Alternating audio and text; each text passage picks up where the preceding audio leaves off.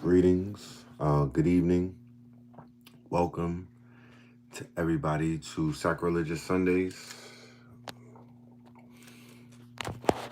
We reporting live. We are on the road. This is a road show. So I'm doing this from my phone. Let me know how we sound on the audio. We even begin. Give me an audio check. Give me an audio check. I'm gonna turn this up. Let me know how the mic sounds. Yes, sir. All right, we good on the audio. All right. Let the family come up in the building, and then we will do the roll call. Tonight is going to be probably a short, not too long. I'm not gonna be here for super duper long. Like I said, I'm out of town right now. I'm not in my office, but we do have some things that we're gonna talk about. Random things, shit going on over the week, things that we are just going to highlight as we move into a new week, new storyline, new timeline, news line, and all of that crazy ish. Okay. So I'll do the roll call in a minute and we'll get into some of the stories and whatnot. One of the bigger stories that I want to speak on and highlight, and it has been dominating the news cycles, and I just want to add some insight so we don't get caught up and lost in propaganda. Okay. As many may have as many people who've been paying attention, we are all witnessing the fall of the MAGA movement. How many people have witnessed over the past week or two the complete dismantling,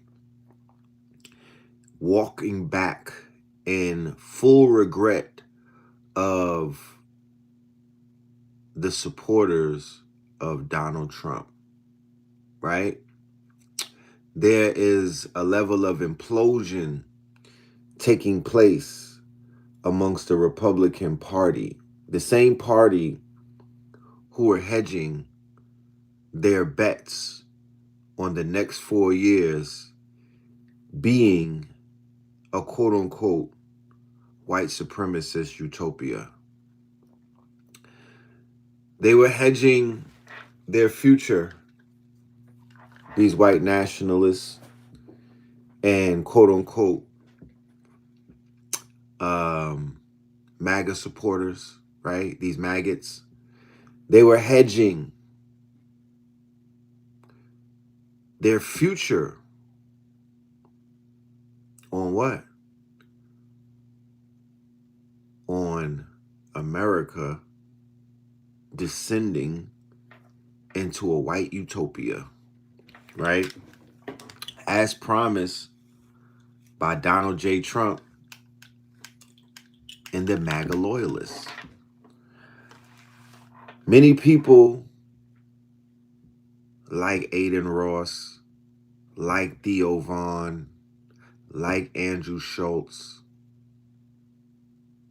like Nick Fuentes, so many of them, like Joe Rogan, got behind both J.D. Vance and Donald Trump during the election cycle against a Swami, an Indian woman, right? What they were saying, a black woman by the name of Kamala, right? Remember her?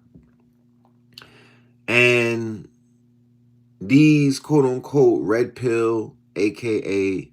podcast bros, a.k.a. crypto bros, a.k.a. whatever they were calling them at that time. You know who I'm speaking, Jake Paul and all of them, right? They were all hedging a bet that Donald J. Trump was going to get into office and go full white supremacist for their, because that's the dog whistle that they were hearing in the elections. What they were not hearing from the Trump White House is the fact that he was going to be a quote unquote lap dancer for you know who, right? Is it real? You didn't hear him say, is it real first? They wasn't pushing that line. We're going to continue to blow up Gaza. We're going to continue to pillage the Middle East. We're going to build up and go to war with the Caribbean, right? We're going to use Venezuela as a quote unquote catalyst to basically continue our colonial aspirations. And then we were also going to try to mosey on in Africa and knock off one of the big dogs over there. He didn't run on that. That wasn't his quote unquote, that wasn't his premise. He didn't run on, we're going to create Project Stargate so we could give you we could give you quote unquote personalized you know what I'm saying, Jabbingtons. He didn't run on that. But that's what he started talking about on day 2 of his presidency. It might have been day 1 where he announced Project Stargate. If it wasn't day 1, it was day 2.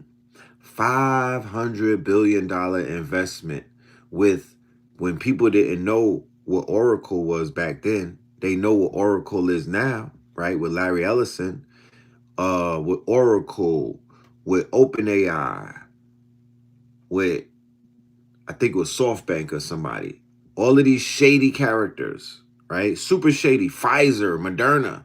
They were all shady characters announcing Project Stargate, which really doesn't, they're not even explaining what that thing really is.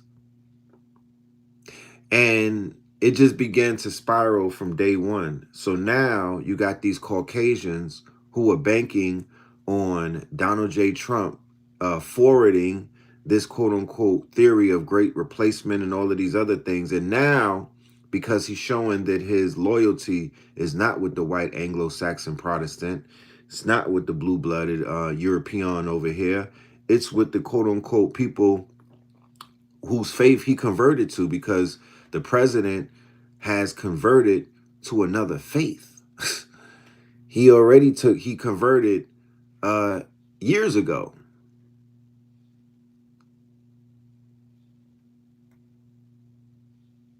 Right?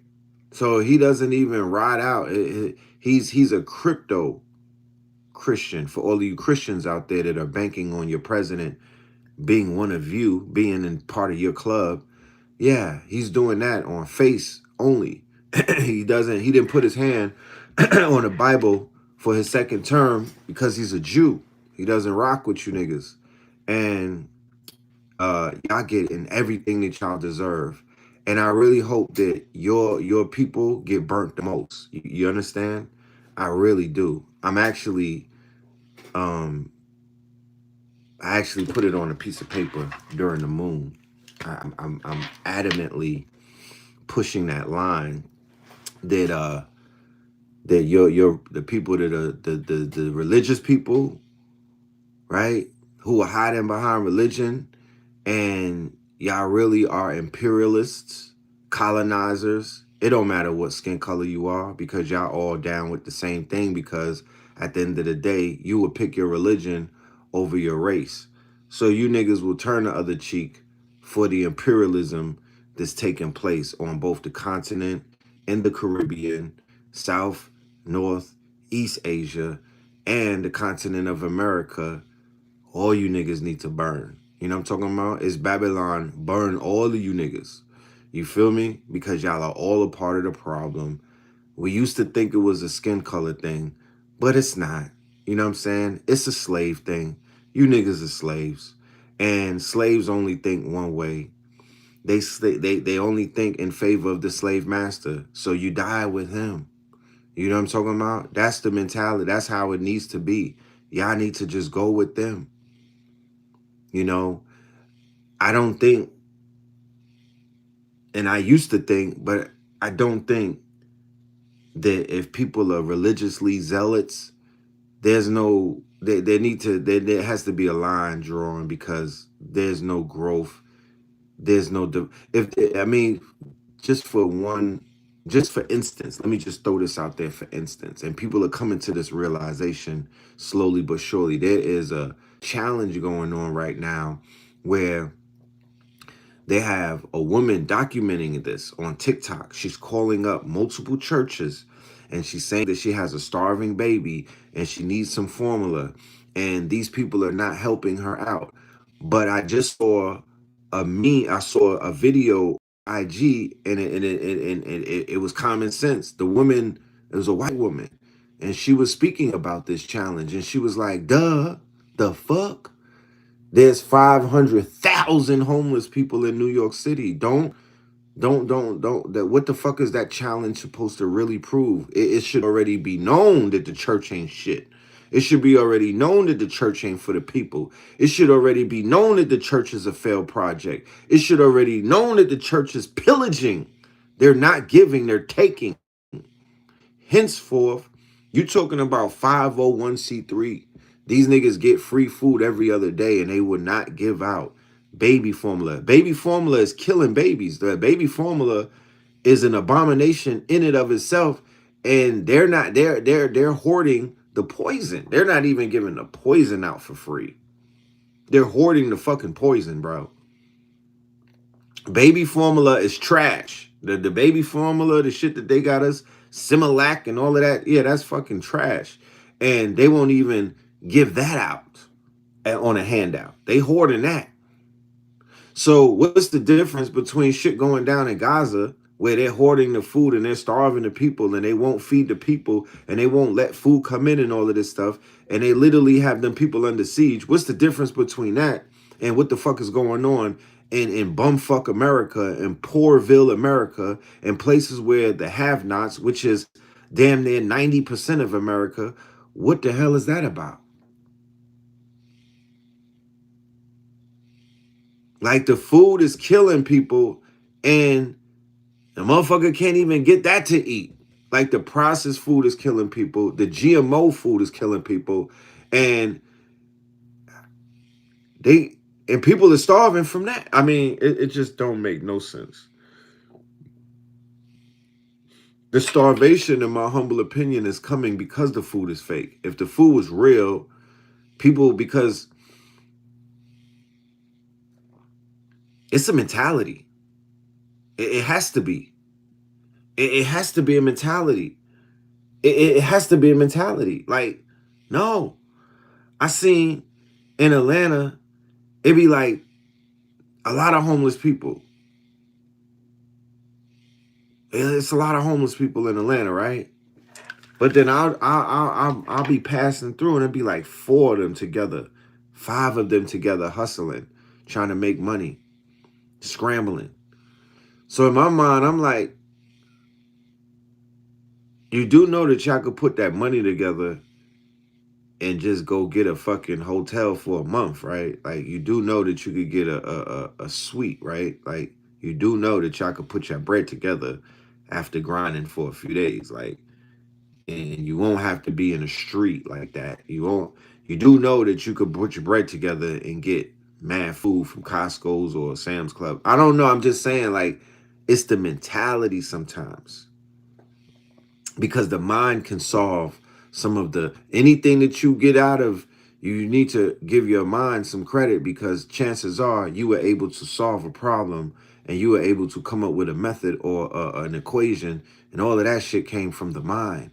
You have to figure these things out, especially if it's just more than one of you. Like, what are we talking about? Some people just want to be in certain situations because they want to be there. Let's just call it a fucking spade. Let's just call it a spade. The mentality is broken. And I ain't just talking about people that's in a fucked up predicament. That's like the worst situation that we pulling up. It's people in which I may perceive in the best situation. They got backwards mentality. They are broke as well. You know what I mean? And I broke that up in a video that I just did, that I put up. I did it earlier. And I'm like, look, I said something about having $10,000 and I'm looking for someone to match that. And these niggas is intimidated. But literally the same conversation is taking place right now. And a hood nigga is telling another hood nigga, yo, we need $10,000 to go get a section to stand on the couch and look like we about that life, like to look important. I want to hold a bottle in my hand. Feel me? I want to pour. I want to pour drinks down women's throats. I want to pour alcohol. You know what I mean? I want to hold orange juices and whatnot in my hand, and I want to look important. And niggas is scrambling up $10,000 right now for that. There's another group of niggas that's like, yo, I want to throw some money tonight on some naked broads and possibly get some action. You don't even know if you're gonna get some action.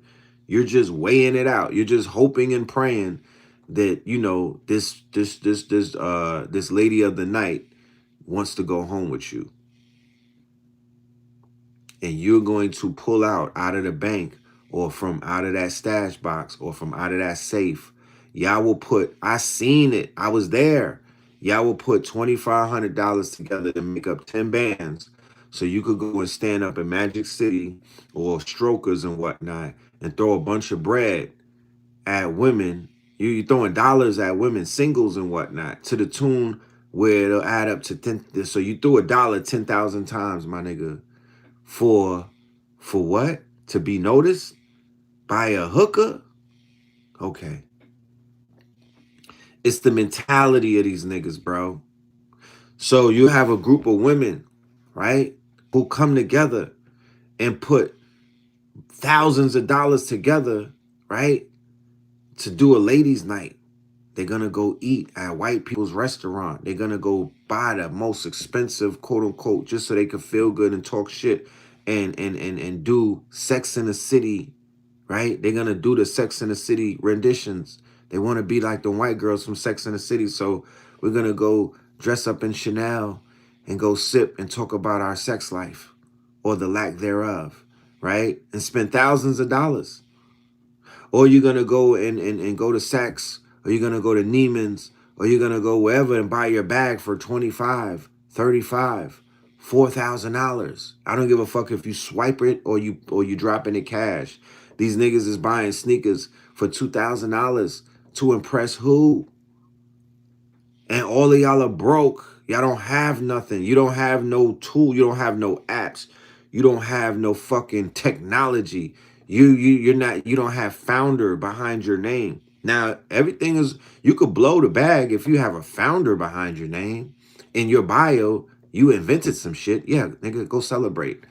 But they're celebrating because they're selling fentanyl in the hood. They're celebrating because they're getting off cocaine in the hood. They're celebrating because they're selling box for $40 and it's time to celebrate. The ATM is running, we're running it up.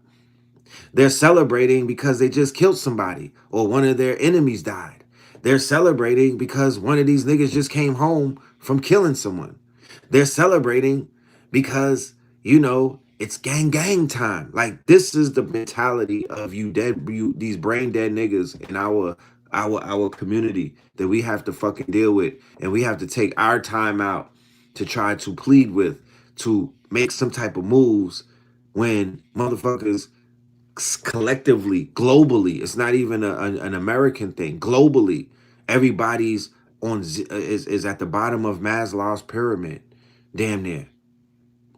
Man, motherfuckers is still in survival mode in 2025 after everything that has been, after all of these years, after trillions of dollars have been thrown and blown. It's like we are still at a deficit as a collective. Rappers are still dying from avoidable diseases and whatnot. They could have easily been taken care of. if they just change their lifestyle and change their mentality and change their fucking habits, right? It's not anybody else, but you can't look at nobody else but the mirror at this point.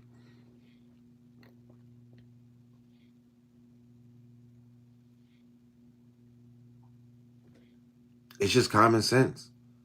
So what we put our stock into is just not working out anymore. And it's gonna literally take about 10 years for niggas to finally realize this shit. And who has time for that? Like who has the time for that? Who has the patience for that?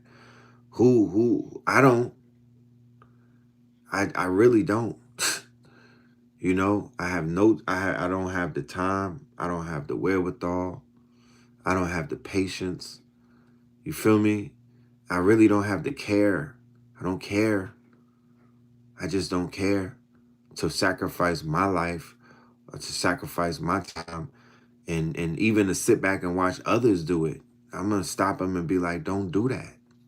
Fuck these niggas. You know what I'm talking about? They don't care about you. They will eat your food. They will eat your family's food. They will ransack your whole everything. Whatever you built up, they will destroy it. You feel me? So why? Are you fucking dumb? What are you doing? Why? So the great day of reckoning is slowly upon us, where people have really got to figure this shit out, because y'all gonna play with somebody else. You're not gonna play with me. You know what I'm talking about? You're not playing with me. I'm not letting nobody play in my face. You play with somebody else, but that great day of reckoning is upon us. You know? And people gotta figure this shit out. And I don't have faith in black people getting together and figuring out together. That's a motherfucking farce. It's not gonna happen. Shit sounds good. It might even look good on paper, but it ain't finna happen in this lifetime. So something else has to be figured out, because that, if it was gonna happen, it would have been happened. You know what I'm talking about? If it was gonna happen, then it would have been happened. You know?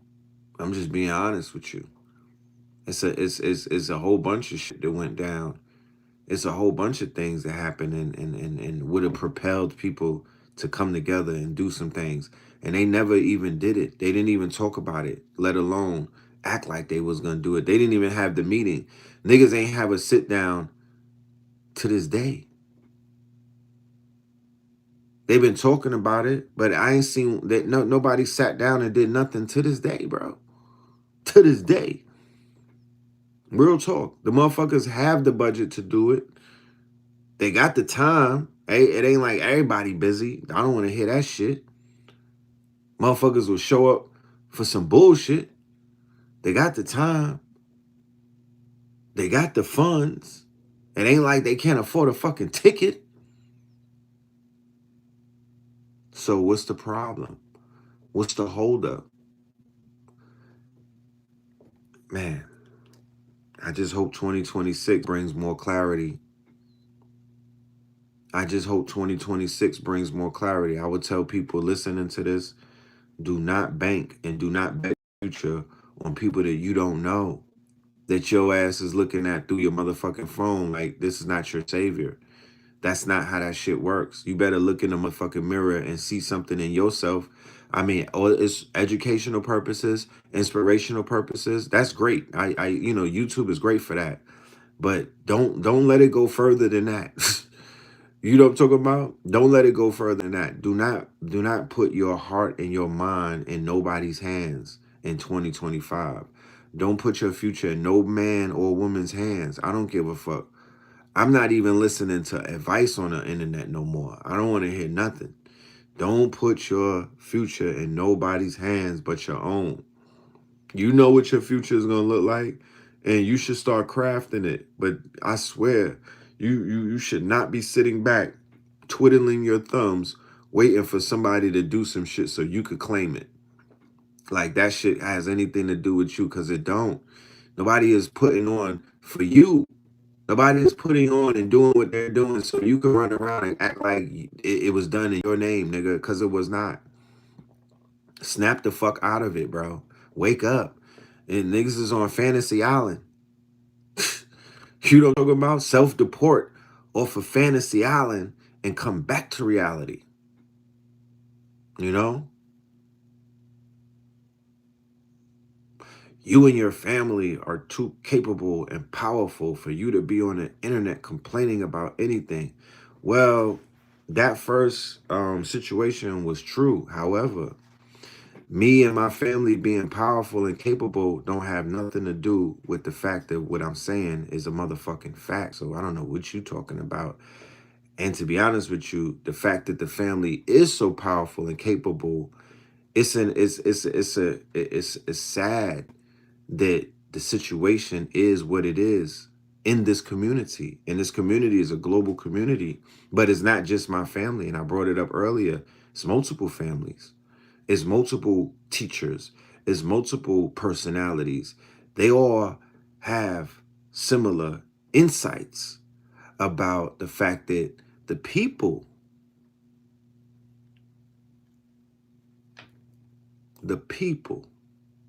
right? Because when you look at the teachers, they show up. Because if they didn't show up, you wouldn't know who they were.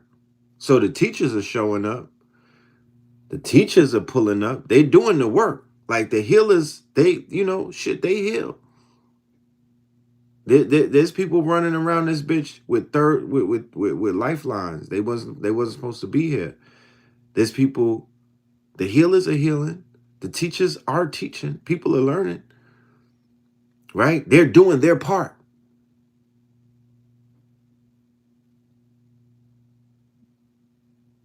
So I won't say that the teachers are incompetent, because they're not. The scholars are scholaring. They're not incompetent. Y'all are getting a lot of information. You know what I'm saying? And this shit has been nonstop. What are we in 2025? This shit been nonstop since 2005 from when I seen it. It been nonstop every day. Motherfuckers is getting terabytes of information. So what are we talking about? You know what I'm saying? What are we talking about?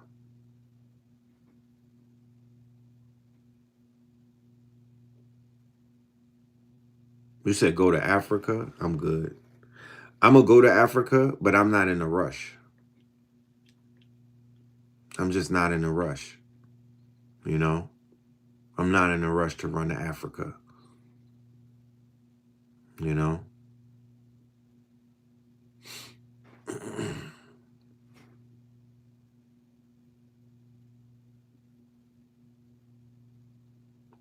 You said, since I saw the alien craft, I think different. No doubt. And the minute somebody get on the internet and call shit for what it is, and I'm not on the internet playing all of this fake fucking puff your ego, and niggas are tune in so they can hear feel goodisms. But the minute there's a critique, you throwing rocks in the crowd and hit dogs bark. The minute there's a critique, the minute it's like, I gotta critique some shit. I'm gonna call some shit out for what I see. Like it's critique time. Cause y'all are critique motherfuckers all day, any day, won't give a fuck. It's people spend the majority of their day critiquing people that they don't even know.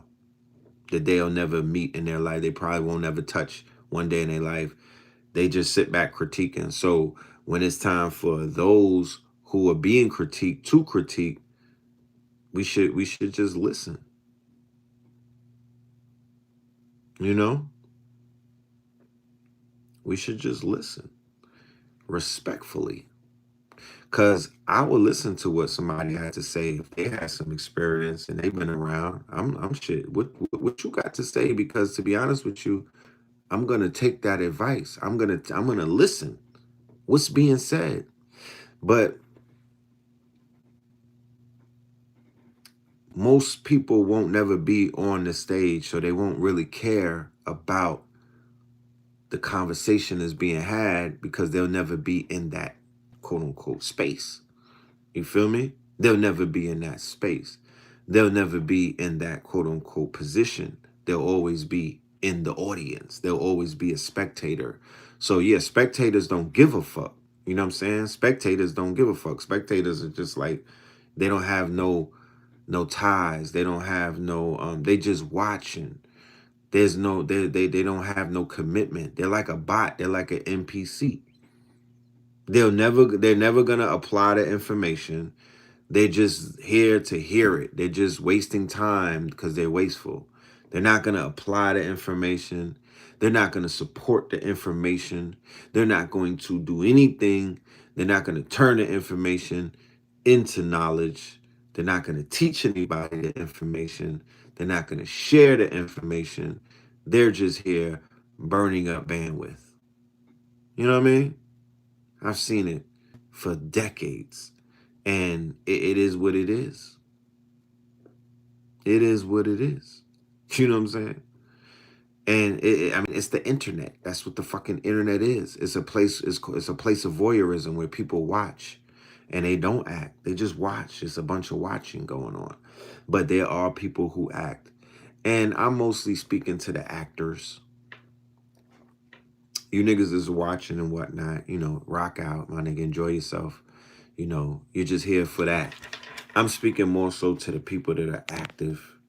You know what I mean? The ones that are active, the ones that contribute something, the ones that are actually here to make something happen. Yeah, those people often wonder like, what's going on, or what's the latest updates, and da da da da da. You know? And as we wind down the calendar year, you know, we're in the fourth quarter. So this is theoretically time for reflection because we are winding this year down. So what the fuck did 2025 bring for you? What did 2025 do for you in this year of the quantum quickening where things have been going very quick? You got to take some time out to analyze what has just taken place. You know, this year is about to be over. And it has, this year may have been the fastest year in my life in terms of how fast it has gone. So I literally have to take some time out and assess things. I really do. I have to assess what just took place, you know?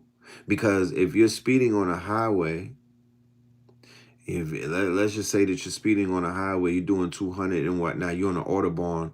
When you don't have time to even pay attention to all of the signs and the exits that you're speeding past, right? So in this rat race, right, or this hamster wheel that they have so many of us on, the hamster wheel has sped up. Before it was just a regular, but now the hamster wheel is going like, you know, when you're at the gym and you get on the cardio machine and you hit that bitch on 4.4 or 5.5, the speed is going faster. We don't really have time to slow down and smell the roses and whatnot. I would highly suggest that, you know, when the hibernation season hits, right? Winter solstice, that many of us get into hibernation mode. I know I'm trying my best. I use the word try because nothing is definite. You know what I mean? Nothing is in concrete. Nothing is in stone. But I am aiming to get on my hibernation when hibernation season comes, so I could go ahead and recharge and reflect, you know, and realign. Because this year was just going, I was speeding through the whole year, you know? And thankfully, it hasn't been too many bumps in the road. You feel me? I might have scraped the car, but I didn't crash it fully. You know what I'm saying? And I hope to get to my destination without crashing, you know? But there's been a few fender benders. You know what I'm talking about? There's been a few fender benders, you know? We knocked the fender off. You know what I'm talking about? Maybe one of the headlights. But we doing good. We on this highway speeding through this bitch. And I think 2026 is just gonna be even more faster. It's gonna go faster. It's gonna go faster. But this time around, hopefully we have new tires. Feel me? We might even have a new car. You know what I mean? This time around, we want to speed it up. Real quick before I forget, shit, I'm in Houston right now. Let me give a shout out to the brothers that was out here doing the damn thing. First and foremost, I gotta give a shout out to the chief, the big chief himself, right? Top Cat.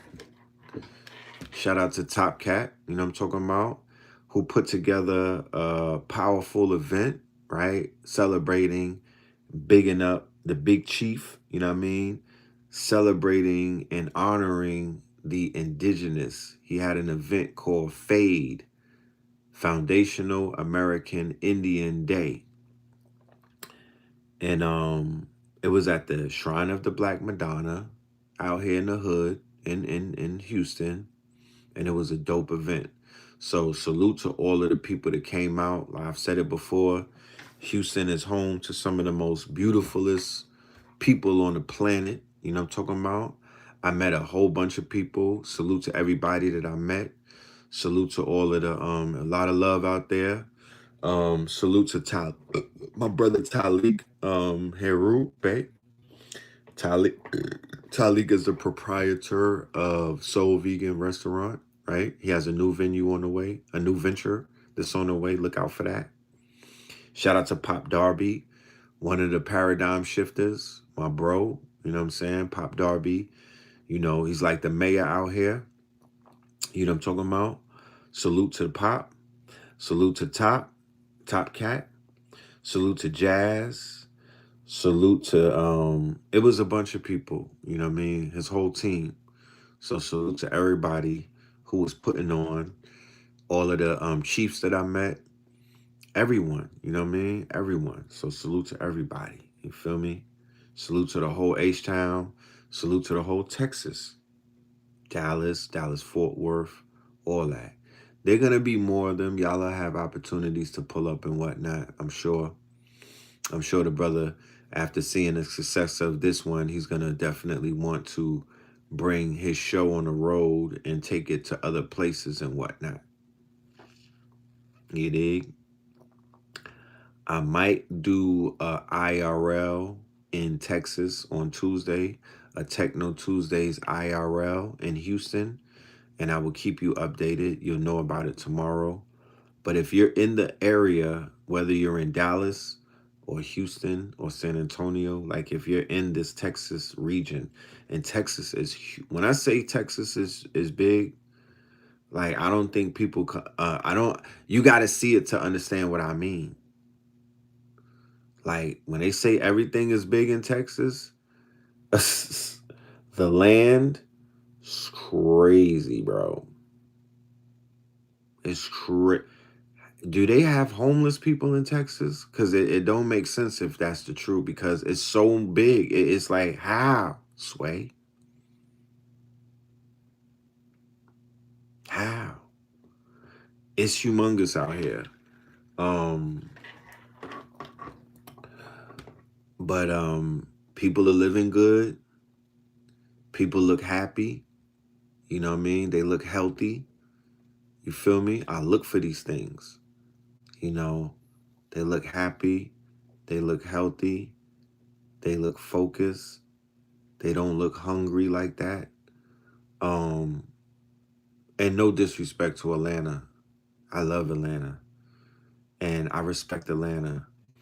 But some of the women in Atlanta look burnt out. At them late nights, I guess them after hours, Maybe it's eating late. I don't know what it is, but they look ran through. Houston, I don't know. I don't know. I can't call it. I don't know. A lot of places is beginning to look like that. You know, it's the hygiene. The hygiene is just bad. You know, the hygiene is just bad. You know, it's just bad. You know,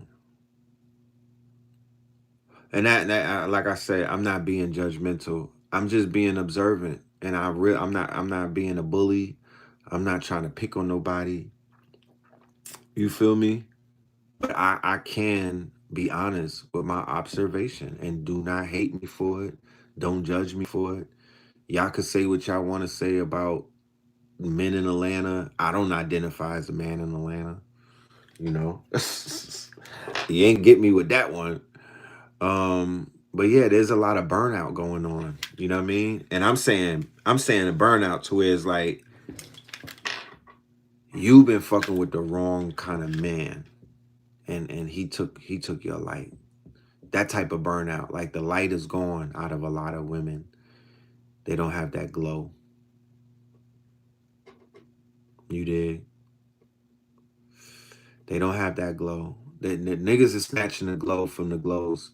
Who seen Glorilla's latest picture? Speaking about glow. But a lot of women is getting the glow snatched from them. Like, I'm dead ass. I don't know what this is. I don't even know what that epidemic is about, but they losing the glow. Niggas is out here glow stealing. I mean, what's happening? They jacking the glow. You know what I'm talking about? It's giving high, you know what I mean? It's like there's this dusty veneer. You feel me? There's this dusty veneer, and I don't know where it's coming from. I have no idea what the hell is, what am I seeing? I don't know. But it's like, I don't know, man. When you deal with the wrong type of energy, like they say opposites attract, but when you deal with the wrong type of energy, I don't know, it shows up. Like, I don't know, maybe I have that sight where I could see the dustiness on things. I could see the glow, and I could see the aura, but I also could see when the aura has been compromised, if that makes any sense. And I don't claim to be a seer. I'm not a shaman. You feel me? I just been around the world, and I could see it, you know? But the niggas in Atlanta, the dustiness, I think that some of our sisters who are high quality, because you know they got rumors out there about the girls with they got rumors in Atlanta. They talk crazy. And man, I had to leave an after hours spot one time after I overheard some, damn, they talking about the girls with the septum rings like that. Like, what the hell? They was saying something about the girls with the cowrie shells and the rings in their noses, and they were talking crazy, and I had to excuse myself because I was like, God damn, I don't want to be a part of this. But I think some of the girls, they might have been attracted to like hood niggas or trappers or gangbangers, niggas with face tats, and people who may have been on the other side of the tracks, maybe, because women like to save niggas, they thought they probably they could have saved them, or I don't know what it is. They just might be attracted to the hood, to the trenches, but it just don't look like it's working. You know what I'm saying? Like, I don't see no, you know what I mean? I'm online looking for the happy couples with the hood niggas. They don't show them on. They don't show that. Those be the invisible. That's the guy holding the camera most of the time. They don't show them, but they do slip up sometimes, and I be peeping. Like, hold on, there's sun in them. Okay, but those I don't know what it is, man. I'm trying to put my finger on it. Trying to put my finger on it. But the women in some other places, it just looks like the Dusties have not got to them yet. Yeah, hallelujah. They have not gotten compromised. They didn't get their lights taken out. You know what I mean? Like a man could take he could take your light from you. You know that, right? You know that the wrong man could steal your lamp. He could take your light and make you real ashy. And that's vice versa as well. You know what I'm saying?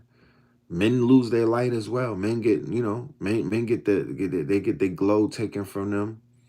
They get their light taken from them. They get their light snuffed out. They get parasited, shit like that. This shit is real, bro. Energy vampires is real. Like energy parasites, like STDs, spiritually transmitted diseases. Spiritually transmitted diseases, not sexually. Spiritually transmitted diseases. Yeah, that's real. You know? They call it destiny swapping. Crazy. It's crazy. You know what I mean? So, and then when you think about all of that,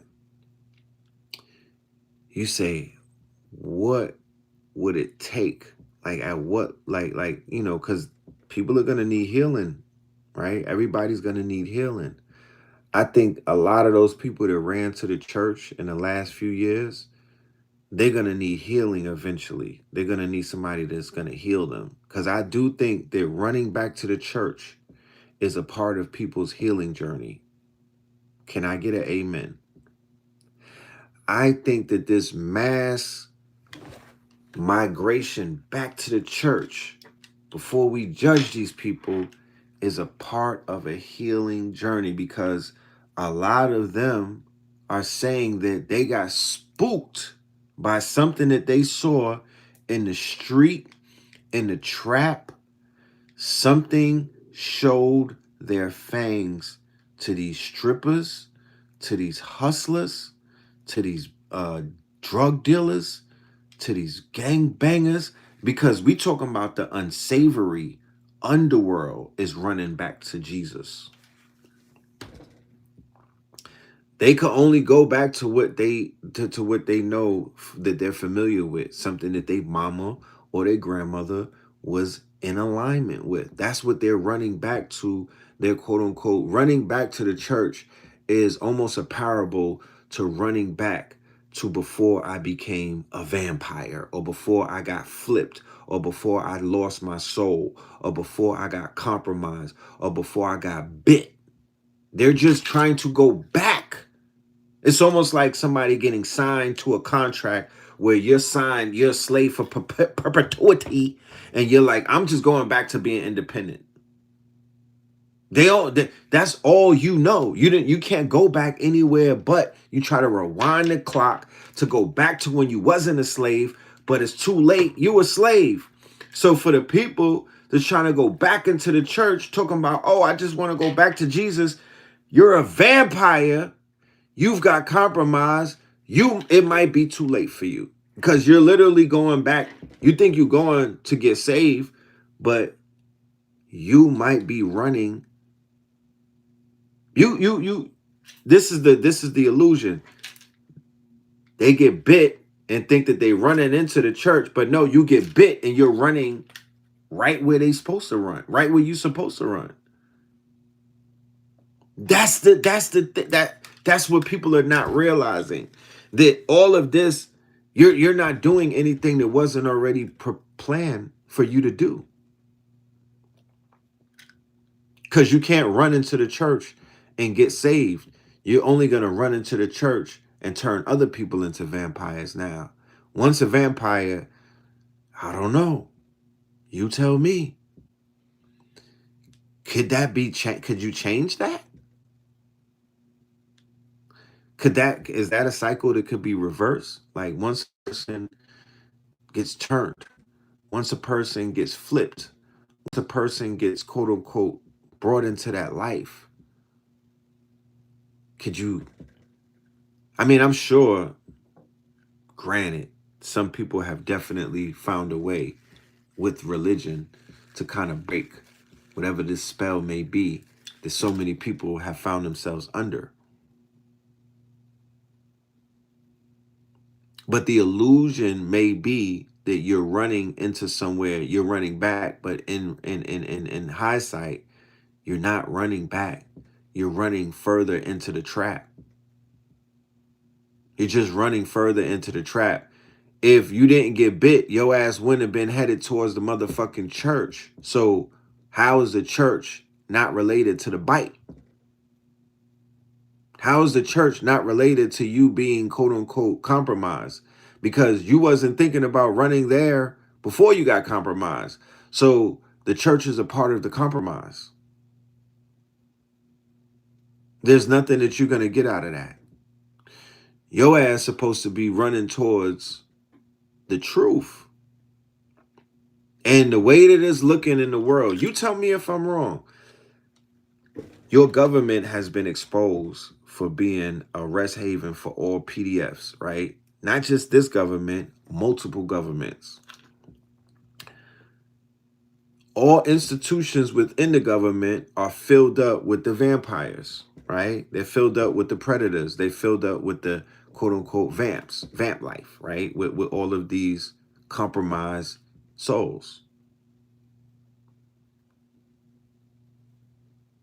There's only two routes in this experience at this juncture in time. I can't speak for the past. I can speak for now. There's two routes. Either you're going to get compromised or you're not. I don't think that there's any other route at this point in the game. Like, either you're going to be compromised by whatever it is, whatever the it is, because it's a spirit, it's an energy, it's a thought form, it's an egregor. It's airborne. It's like a pathogen. You feel me? So either you get compromised by that, or you are going to be somebody that is not going to be compromised, and you're going to avoid that shit with all of your might and wit. I don't see no in-betweens. It's either niggas is compromised or they're fighting the ones that are compromised. You can't be, there's no more neutral at the end of the day. You said it's the demiurge. There's no, where's the neutral at? Who do you, I don't know too many neutrals. I don't know too many neutrals. The people that I know, either they vampires or they vampire slayers. The ones that are not are the innocent, like the children, and the ones that are not yet gotten to. And those are the ones that we are both fighting. The predators are trying to get them, and the vampire slayers are protecting them. That's what this whole reality is broken down into right now. And then we behind enemy lines where the people who's supposed to be protecting you, and the people that's supposed to be teaching you, and the people that's supposed to be governing you, they're vampires. So it's like, God damn it, what am I to do?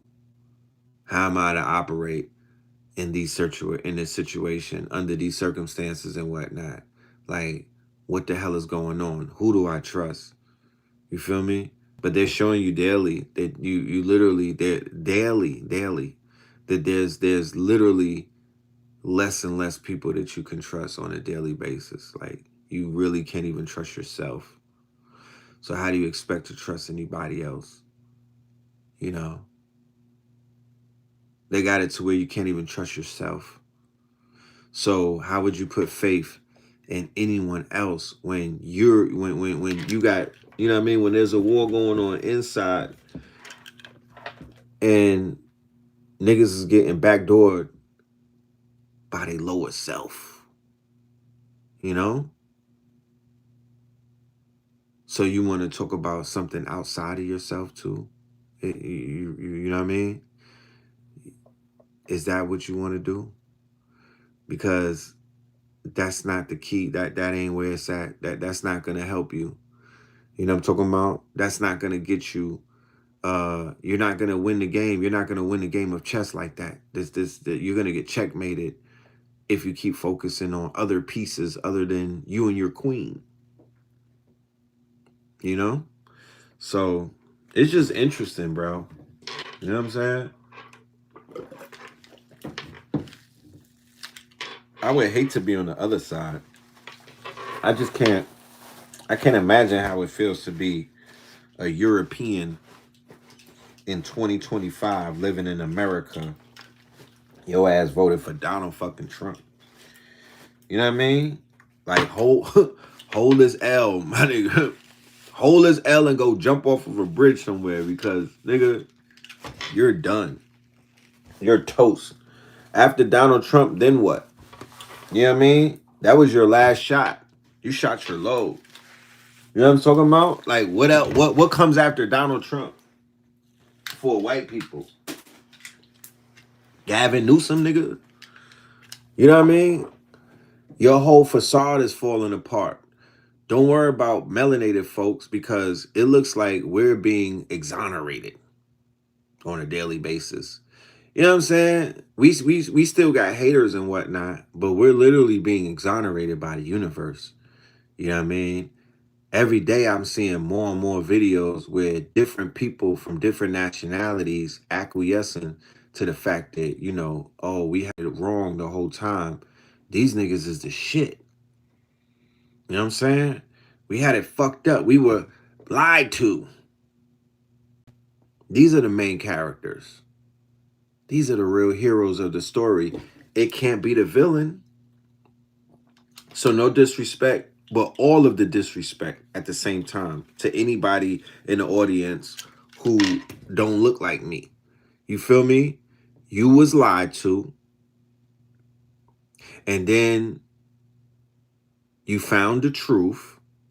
And now you're in this cycle where we're all finding out the truth at the same time. You find the truth out about us, but you also find the truth out about your own people. The same thing. I found out about myself, my people, but I also found out about your people. And by finding out about your people, it really helped me figure out who the fuck I was and who I was not. You know what I'm saying? And it's a beautiful thing because we're here to learn.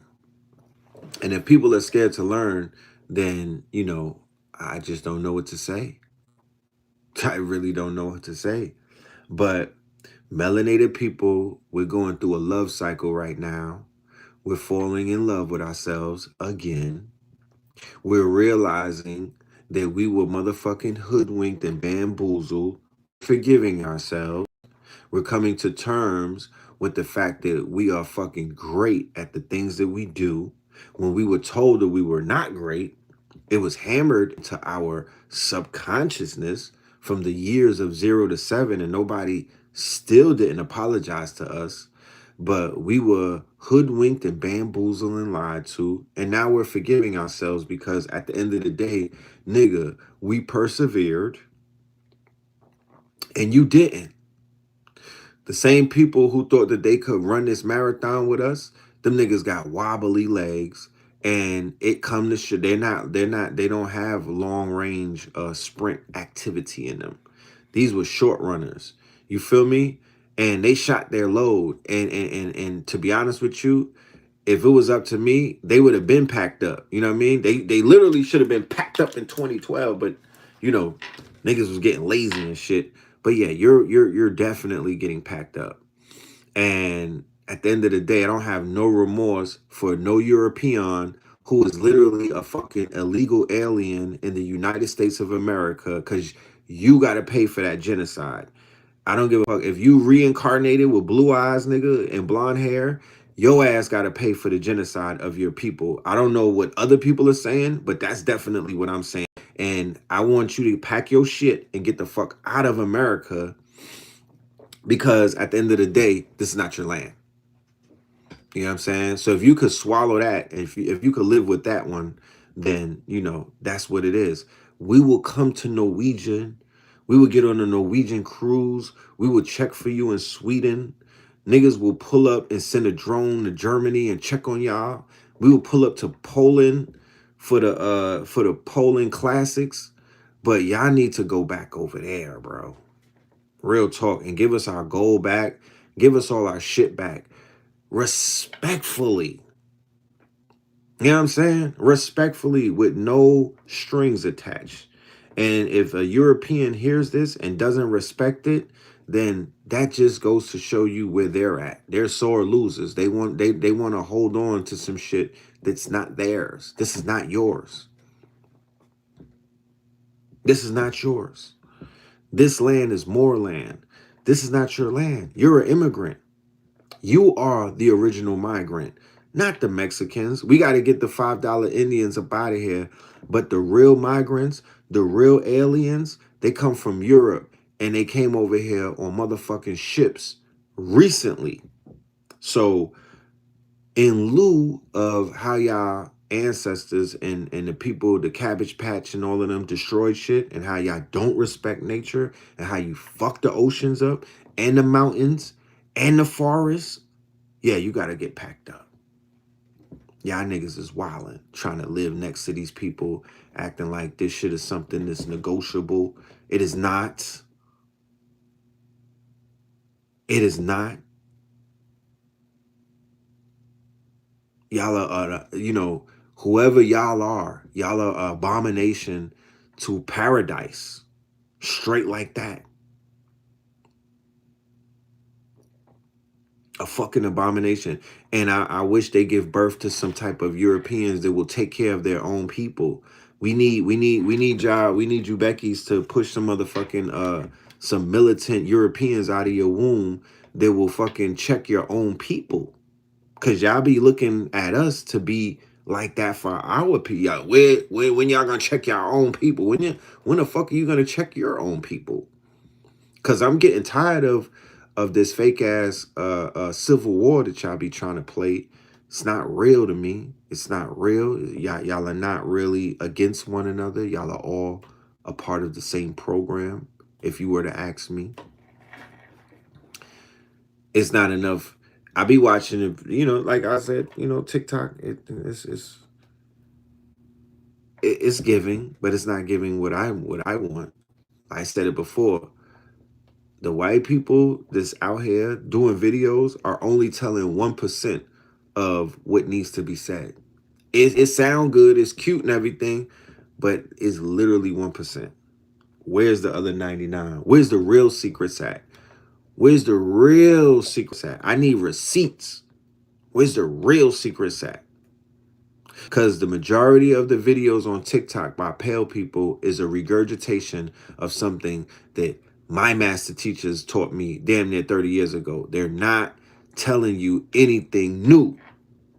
They got their hands on some old DVDs and they're literally regurgitating shit that Bobby, Phil, Hakeem Bey, and Taj, and a bunch of them. And to be honest with you, they're not even telling you more than what the master teachers told you 30 years ago. They're scratching the surface, but because it comes out of a pale mouth, niggas act like it's a motherfucking revival or they've been delivered and whatnot. You know what I'm saying? Goes back to that Jesus shit. It goes back to that Jesus shit. The white mouth means more to these niggas. They've been programmed. So what can you do with a people who was programmed from 0 to 7 to worship a pale face and to use the pale face as the word of God? I'm confused. You can't reprogram that. Like, if that's how niggas got programmed, then that's staying with them forever. That's why I said, do not put me on no battlefield where we gotta fight white people. Cause these niggas will clap a white person and start crying, bro. Don't put me on no battlefield with no nigga who gotta shoot a white person. Cause if they see any bloodshed from a pale face, oh my goodness, they'll fall apart. Oh Lord Jesus. Oh God, my grandmother stand. Oh man, I'm sorry. You know? Niggas are turned into all type of, man. You don't want to be on the battlefield and find out for yourself that these niggas is low-key worshiping these pale faces. And they will never hurt a hair on their head.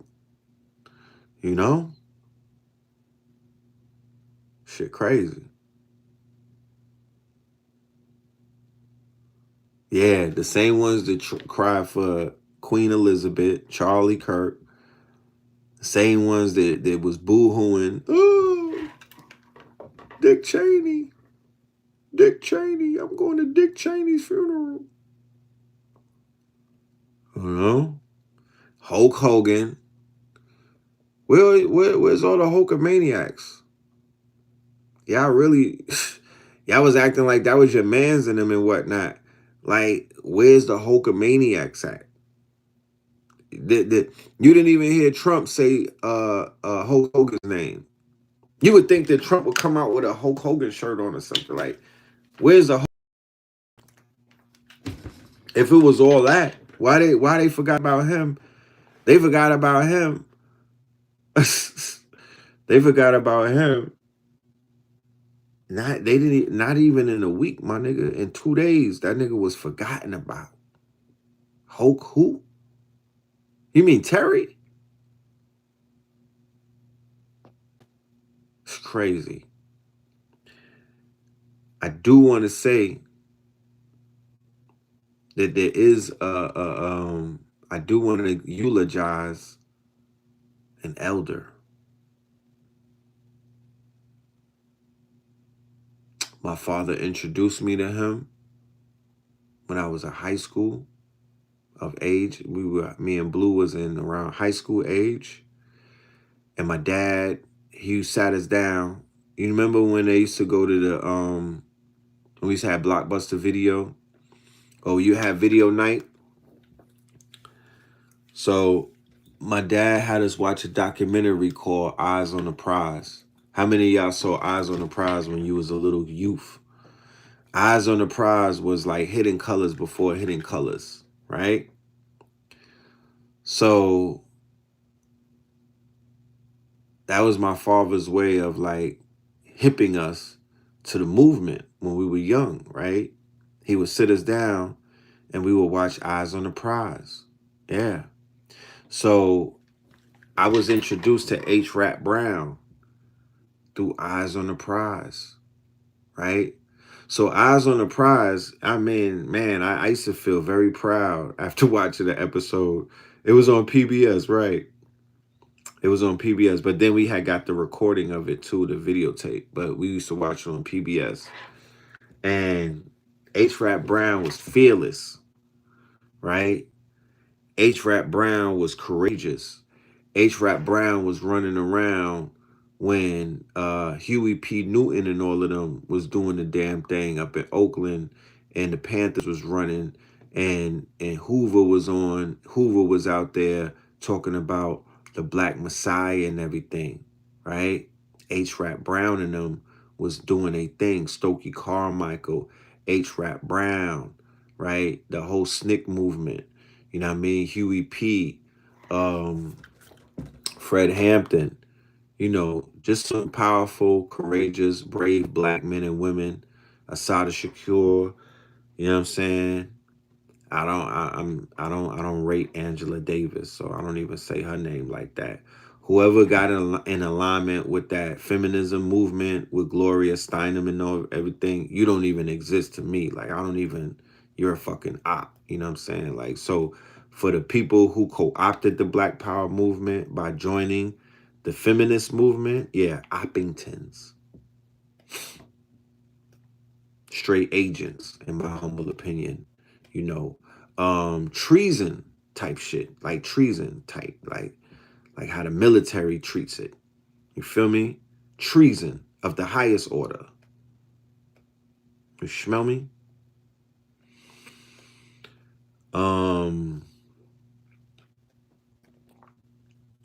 But H. Rap Brown got framed. He was a part of the 2001 takedown. The same year of 9/11, there was a massive takedown inside of what they would call the Black conscious movement. It wasn't the conscious community. You know what I mean?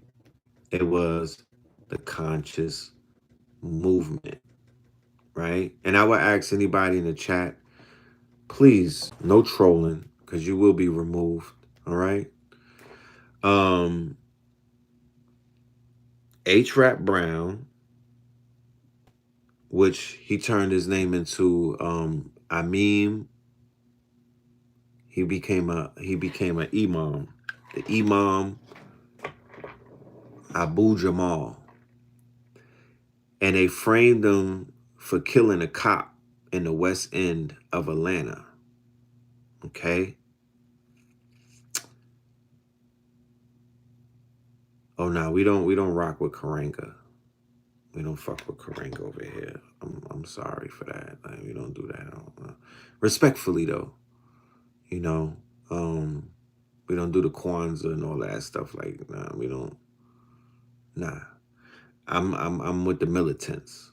You feel me? Respectfully, I'm with the militants. And the militants got taken down. They got framed. They got neutralized, and all type of shit. And my good brother H. Rap Brown, Khalid Muhammad, and Malachi York were the three giants that were taken down in Atlanta in 2001, the same year of 9/11. Okay?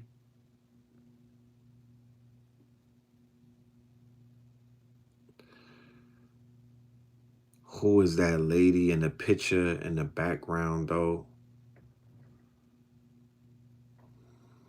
Y'all be worrying about the wrong things, bro. The fuck? Anyway, Khalid Muhammad got assassinated, right? Khalid Muhammad, it was said, allegedly. Now, I don't want nobody to say that I'm out here putting rumors out there.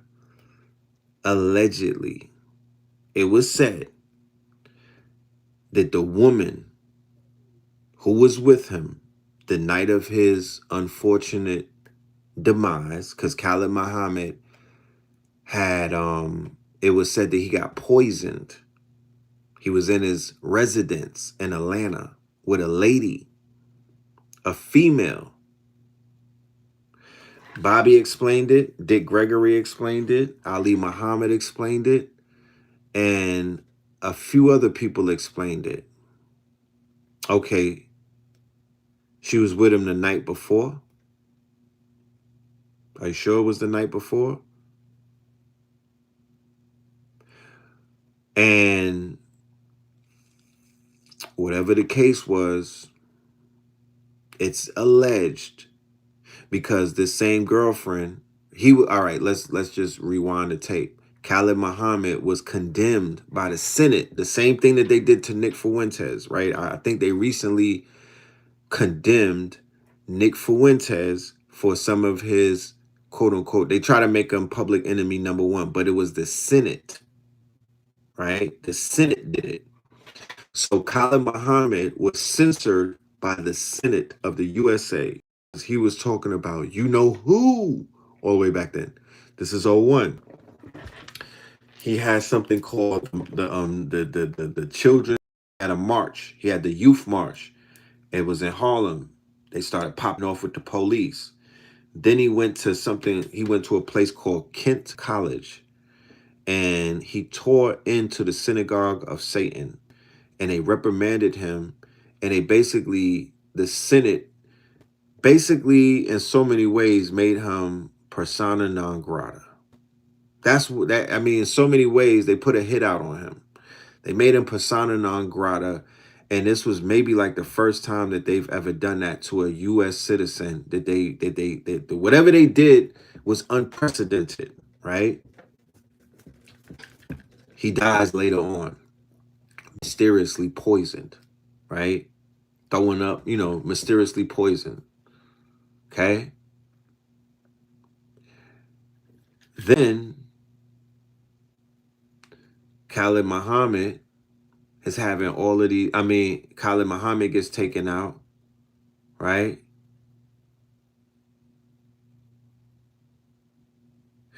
Okay, you said that he was poisoned and it triggered a lookalike stroke, right?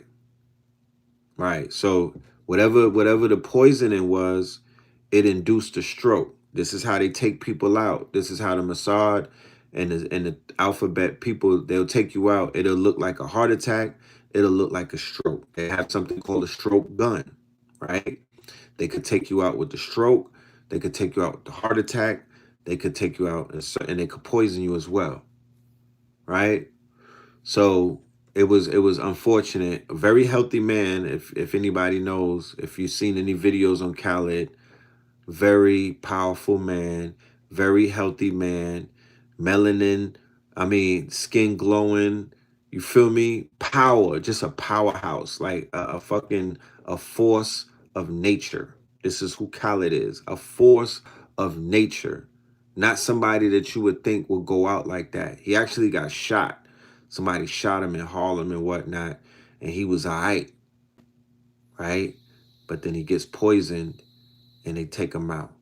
Then after that, Malachi York is getting pressed by what was that his last name was Sheriff Sims. I remember it clearly because I was in the West End of all places with Mumia, with Imam, with I call him H Rap Brown, respectfully, because that's the elder. I met the elder, I was turned on to the elder when he was H Rap Brown, and he changed his name to a Muslim name. But I'm familiar with H Rap Brown, so that's why I'm saying his name, because that's the memory that I have. So I'm in the West End. H Rap Brown and them is cleaning up the West End because the West End was like Snow in the Bluff. Yeah, I remember Snow in the Bluff with all of that heroin. It's Snow in the Bluff, right? It's in Atlanta. It's a dope trap where Rollo and Future and all of them and a bunch of other drug dealers come out of and whatnot. Right down the block, maybe 10 minutes away, was the West End. But the Muslims had it on so much lock that you cannot sell drugs in the West End when H. Rap Brown and all of them was running things, because these were militant Muslims. You understand? Sort of like what Rollo and them is trying to find, like what Rollo and them is trying to do. That's what H. Rap Brown and them was doing that on higher levels and whatnot. But they was rumors of drug dealers coming up missing, right? You'll find these stories in Detroit, Chicago, Philly, and other places where Newark, where the Muslims who got busy, that was some of their calling cards. If you were selling drugs and they told you, you would either have to pay or you have to stop. If you didn't stop, somebody coming up missing, found them in the trunk. So they sent the police to serve him a warrant. Next thing you know, 2 police wound up dead. H. Rap Brown goes to jail. They took his ass down, right? And then the West End turns into the shit that Little Baby and all of these niggas is rapping about. The West End turns into an open air drug market. You know what I mean? And now it went from Muslim, and then I think it's Ifa now, right? It flipped from Muslim to Ifa. And of course, we know what happened with Malachi Z. York on the land, right? So Officer Sims and the rest of these quote unquote sheriff departments, they descend on the land, they lock up Malachi Z. York, they destroy the land, they push the Nuwabians off the land, send them scattered all around Atlanta, and they are scattered to this day, right? This was in '01, mind you. We're in 2025, and they scattered them all around. You know what I mean? They just broke that shit up and just had them scattered around. You're seeing their children's children pop out on the internet now, still holding it up, still holding up the banner and whatnot. But they broke that movement up. You dig?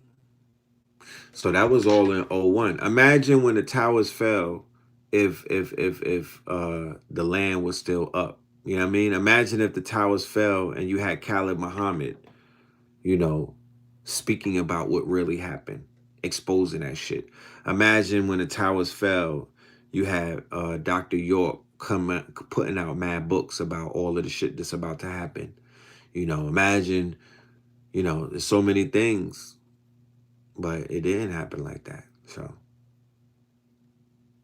you know, it didn't happen like that.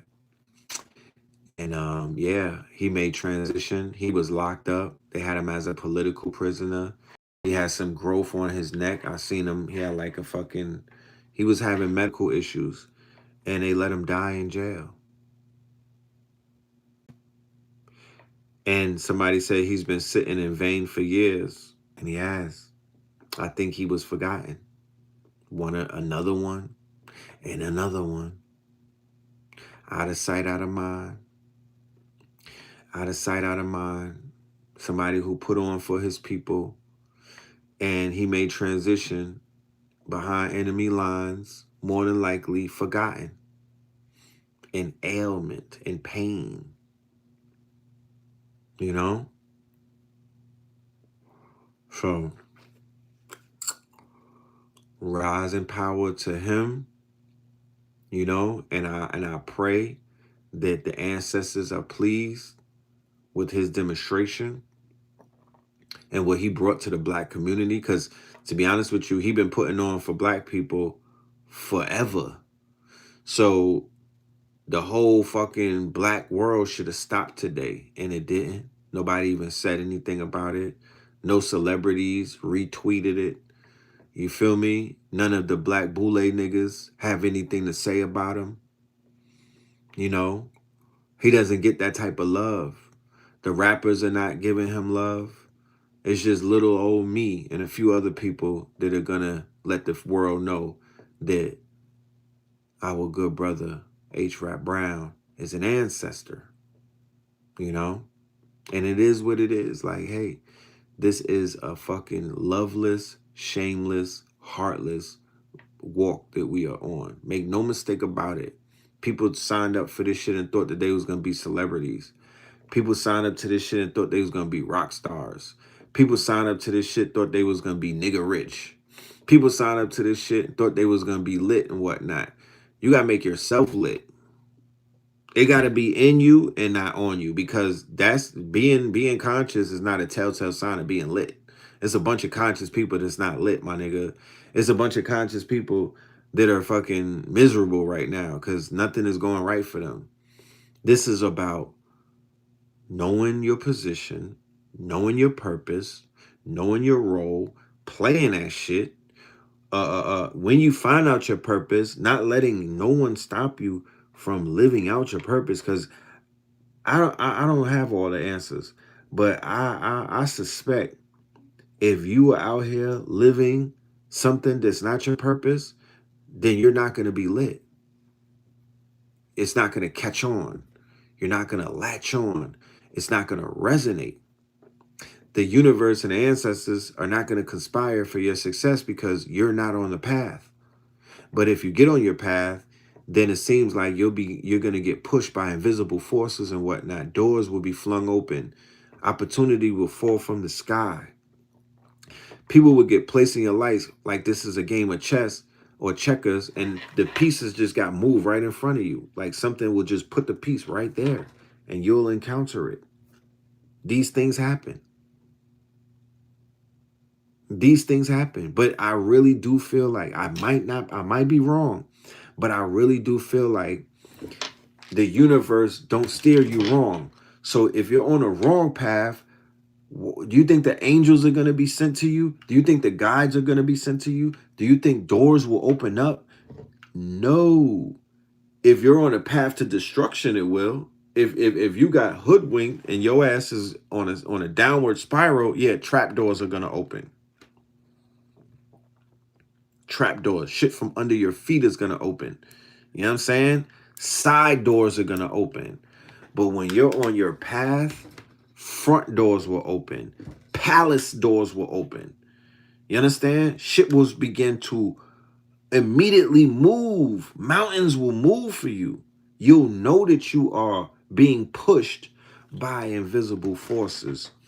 You know, you'll feel the presence of an army of ancestors surrounding you when you are on your proper path and don't have a proper partner that's on that path with you. Oh Lord, it's gonna be, you're gonna move on, you're gonna move differently.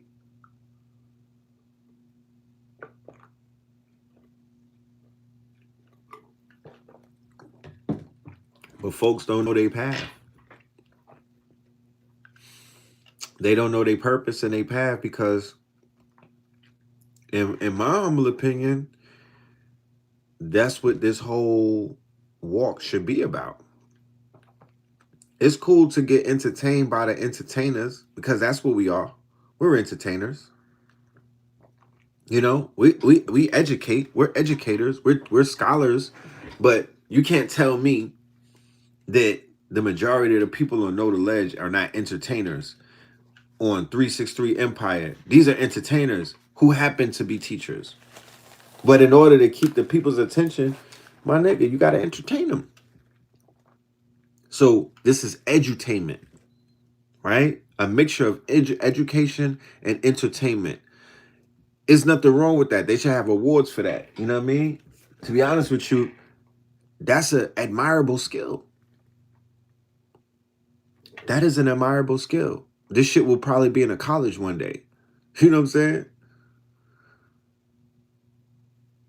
But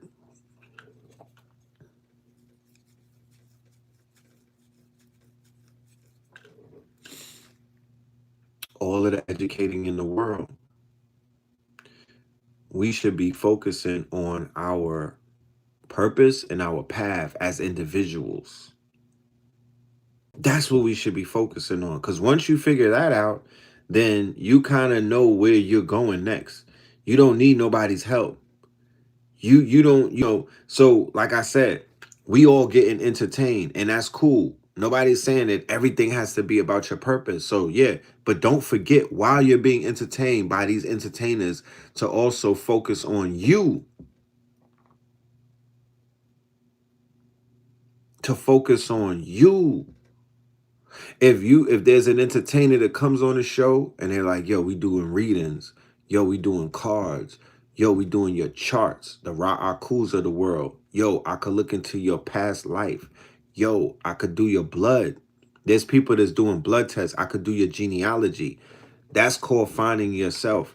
That's called I resonate with stuff like that because that's going to assist you and man know thyself. Because once you know thyself, you'll find your purpose. Once you find your purpose, you're off to the races. If you don't find your purpose and you're just drifting through this thing called consciousness and there's no purpose attached, there's no North Star. There's no no identifiable vision. You might find yourself repeating lessons. You might find yourself in somewhat of a limbo. You don't have a definite teacher. You might find yourself kind of like tapping out. You know, you might find yourself with a dusty nigga. You might find yourself jumping back over on the other side of the fence.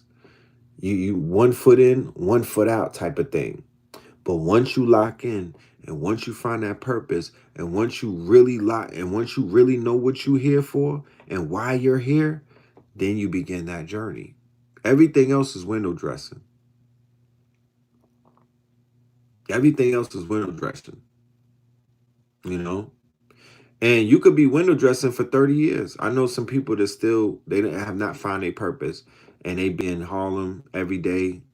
They was in Harlem. They was at all the lectures. They bought everything from Sonetta, read all of the books from Willie on the block on 125th, was wearing all of the t-shirts by me and Sutek, and they don't have a purpose. They have not found it yet. Because if you would have asked me, them niggas is lazy. They're not doing the inner work. They're doing the outer work. They're watching shit. They're wearing shit. They smelling good, but they not spending time with themselves. They telling me what their favorite teacher is. Nigga, this is not a horse race. The fuck? I don't care who your favorite teacher is, nigga. This is not a competition. You act like you betting on horses or something. Nigga, what do you mean? These are not wrestlers.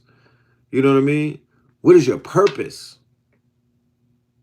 The fuck are you here for? Nigga, stop talking about other men and women and talk about what the fuck are you here? What is your greatness? Because the only thing that if you really look at it, you're only being shown these prototypes. And the prototypes are coming and going. Notice how many prototypes have came to this dimension and left.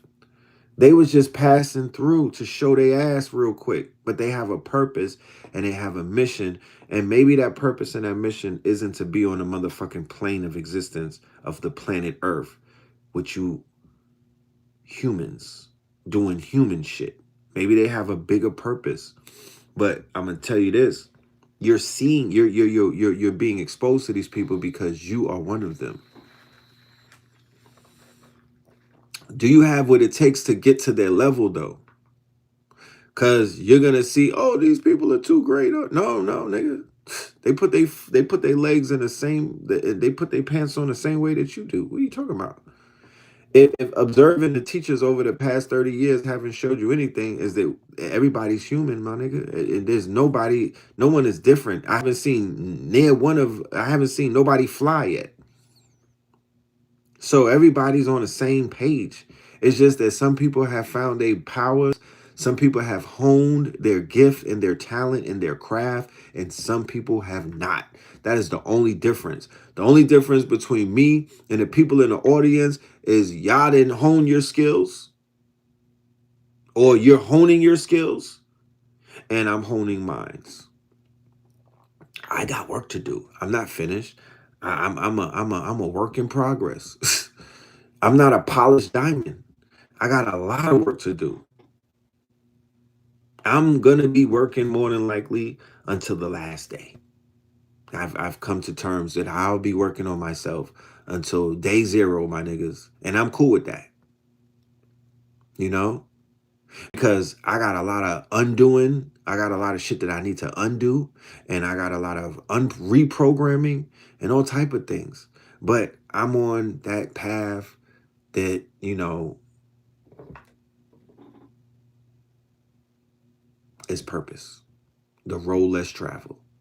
And if everybody that's watching this would see themselves as great and identify, that's why I ask everybody, what's your gift? What's your skill? What is your talent? Those are three different things. Those are three completely different categories. You feel me?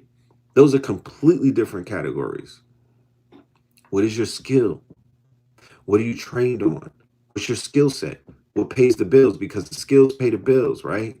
So what's your skill? Everybody got a skill. Everybody got one.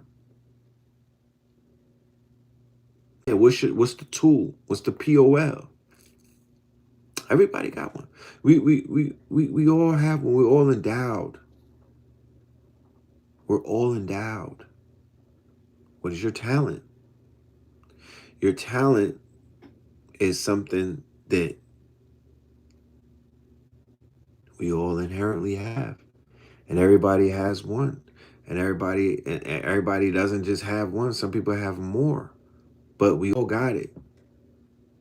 Talents, skills are to be honed.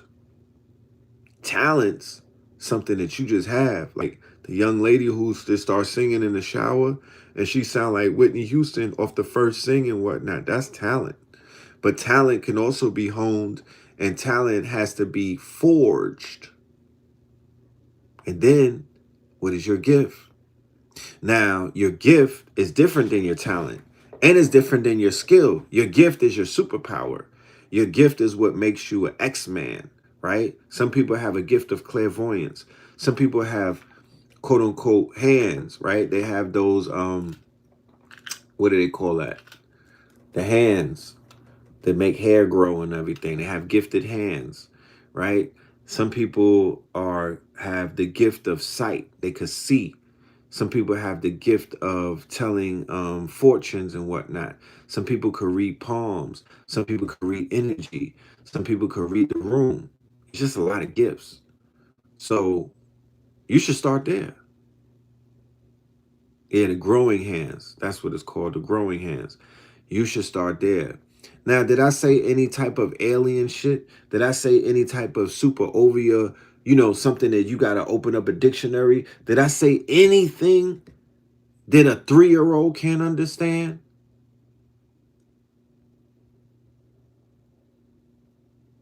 I'm teaching essentials. Elijah told me to keep it all simple. People try to make things difficult. And that's another farce. They think that everything has to be difficult, and that goes into this whole thing about this that just comes from you, that it's not real. Some things are so simple that people avoid it because it's so simple. But literally, I was like, yo, your gifts, your talents, and your skills, like, just focus on that first. That doesn't that you don't have to be a rocket scientist to kind of like figure out what your gift is, what your talent is, and what your skills. So everybody has a unique one. You have a unique ID. And it goes back to what I was saying earlier about the fact that nobody on the planet could tell me about what AI or what technology is going to do, because you in front of a computer, you're going to have different results than me in front of a computer. Everybody's interaction with the interface is going to be unique to that person because everybody's on different levels. So me in front of ChatGPT is going to be a different experience than, let's say, my 12-year-old daughter in front of ChatGPT.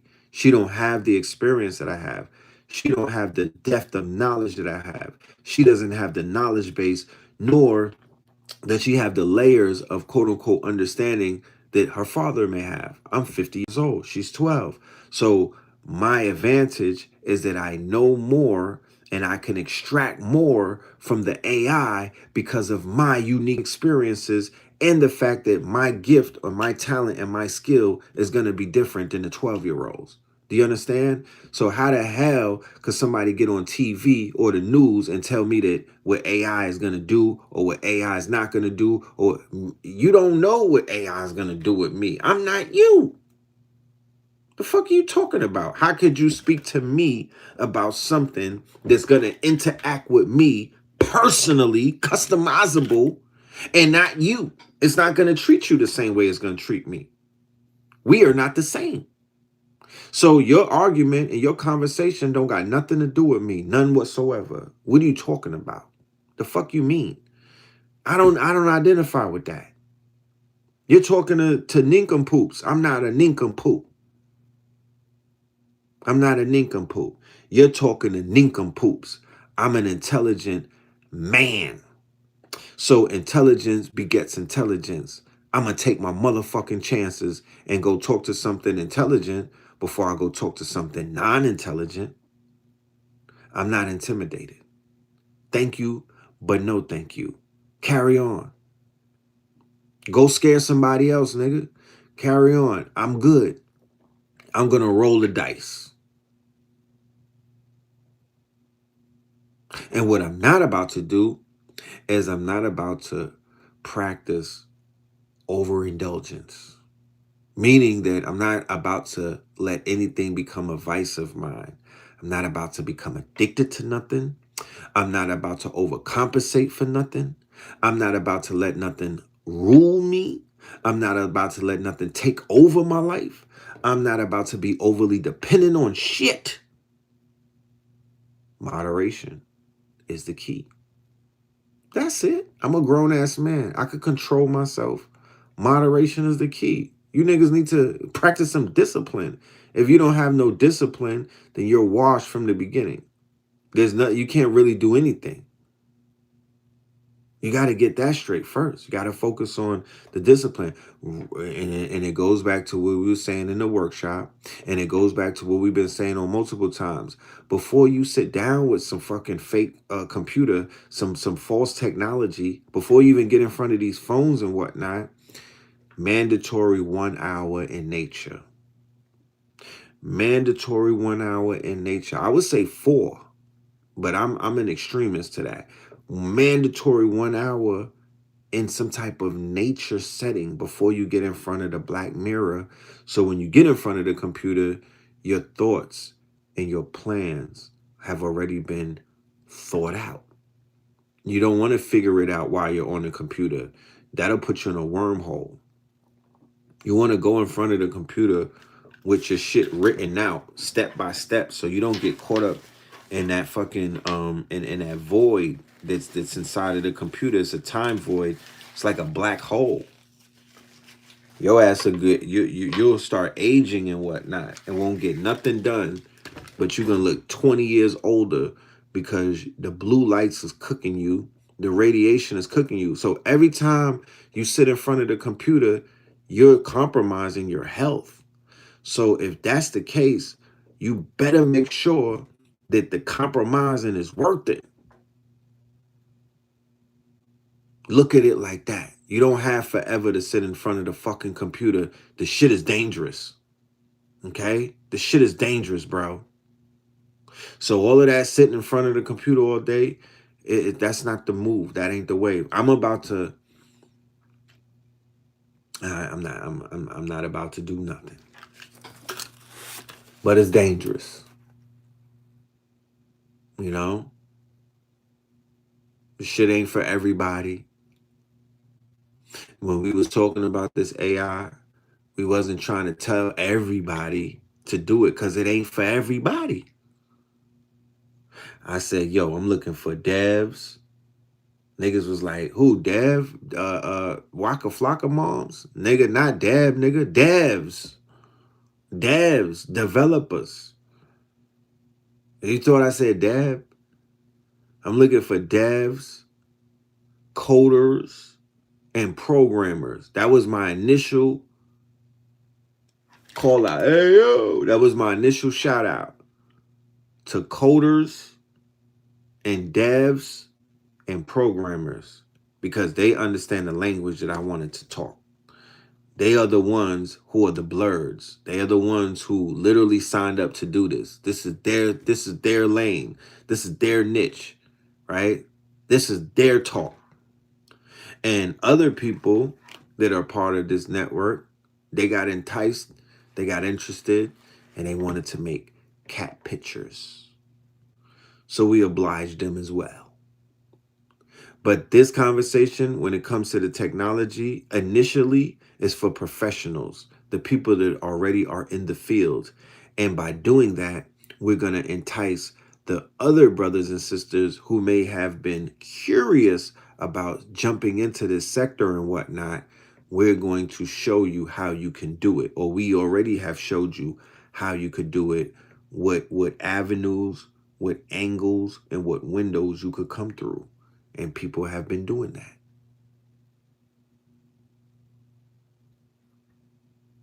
So it is what it is. Shout out to everybody that's in IT, tech, all of the melanated people who are in these fields, even before Techno Tuesdays. Salute to all of y'all. We do this for y'all. You feel me? We putting on to impress y'all. That's who we do this for. We want to show the devs and the coders and the programmers that you are not alone, that this platform right here we're not overlooking you. We're not looking through you. You're not invisible. We publicly got up here and was like, yo, y'all may be the most important people in the community right now. We bigged you up. We helped boost your stocks. We spoke up for you. You know? We champion you. All we waiting for is the results. We want some tools. We want some motherfucking, we want some solutions. We want you niggas to hack some problems for us. That's all we want. We just want some solutions. And we willing to get in the mud with you and get those solutions. You feel me? We want some servers. We want it. We want a cloud. We want our own cloud. We want our own servers. We want some people to help us with some IT. We want some hackers. You feel me? We want some hackers. White and black hats.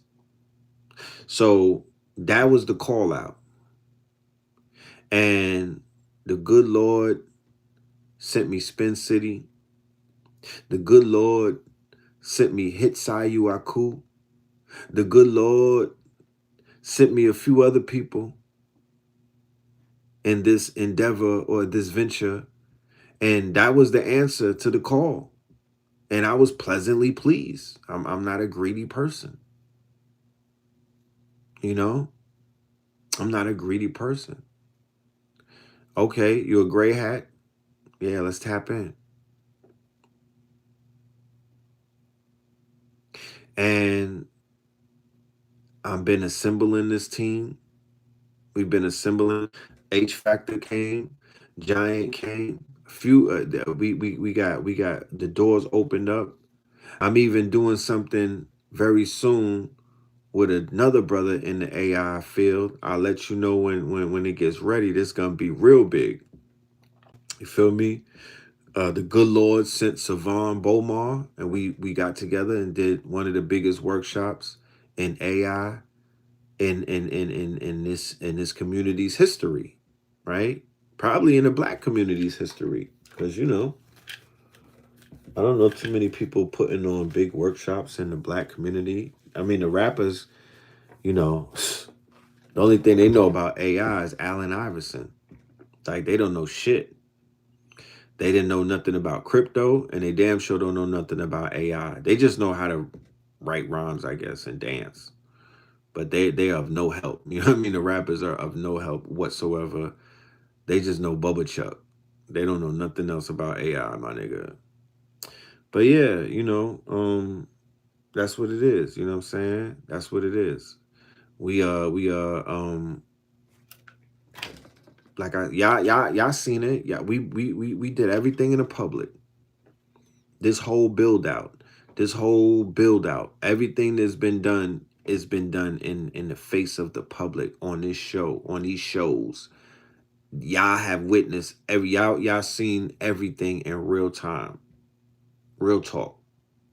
The majority of the things that have taken place have literally taken place on live.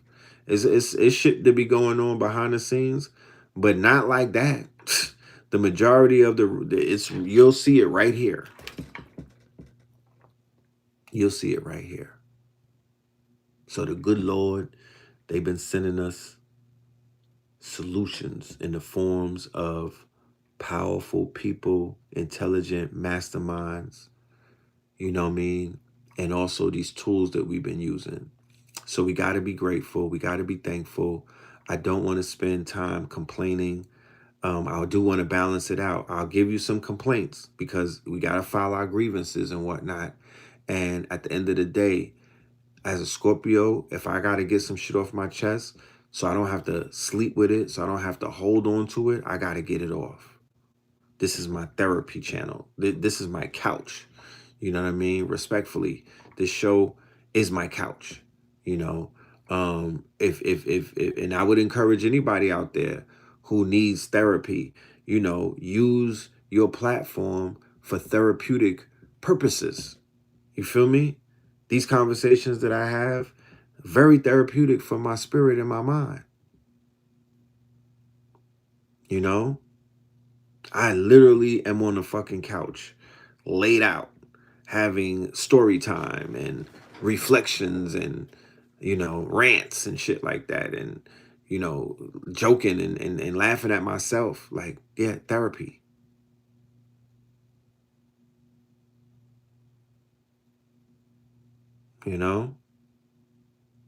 Therapy. It's all good. Taurus and Scorpions are like opposites. So yeah, we have a weird sense of humor. This dark humor, this dark Scorpion humor, it's not understood by everyone.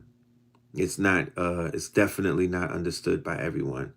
But I try my best as a Scorpio to represent for us and explain us to y'all. I hope I've done a good job. I respect all signs.